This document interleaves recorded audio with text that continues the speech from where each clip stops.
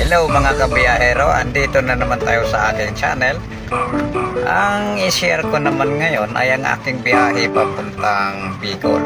Kaya samahan nyo ako at i-explore natin ang Bicolandia. Let's go! DJ Karen.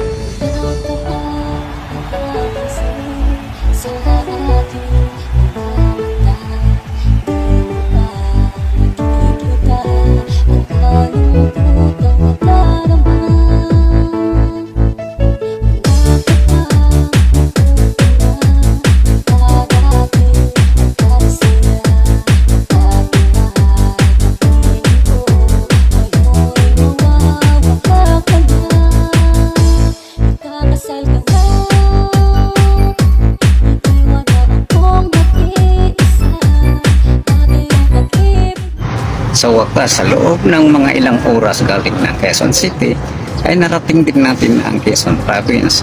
At very exciting pagbabaybay natin sa likod-likod kalsada, lalong-lalo na sa pag-ako natin dun sa may tinaguriang pinakadelikadong zigzag road ng Atimunan. Alam nyo, first time in history na madaanan ko ito dahil nung nakaraang mga araw ay six-wheeler ang dala ko, kaya hindi ako pwedeng dumaan dito dahil sa ngayon ay pinagbabawal po ito dahil lubhang mapanganib nga naman. Ngunit nung nakaraang mga dekada ay buwis buhay itong tinatahak, inaakyat ng ating mga biyahero na malalaking sasakyan dahil wala pang alternate route sa panahon niya. Pero ngayon ay pinapabawal na po ang malalaking sasakyan dito. Sayang nga lang at hindi ko ito na dokumento para maibahagi ko sa inyo kung gaano ito ka-delikadong zigzag road. Kaya sisikapin natin sa pagbabalik na i-dokumento para maibahagi ko rin naman sa inyo.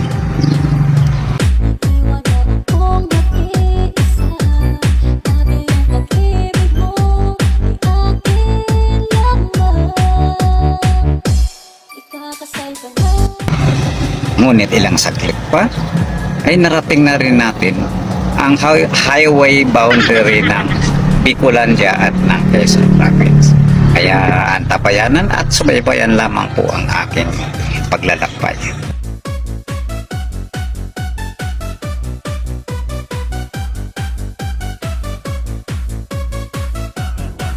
Ilang saglit lang mga idol ay nakarating na rin tayo ng Lapu, Camarines Norte at medyo alanganin ng oras kaya tutuloy tayo ng Daet at doon na rin tayo pansamantalang pahinga sa gabing ito.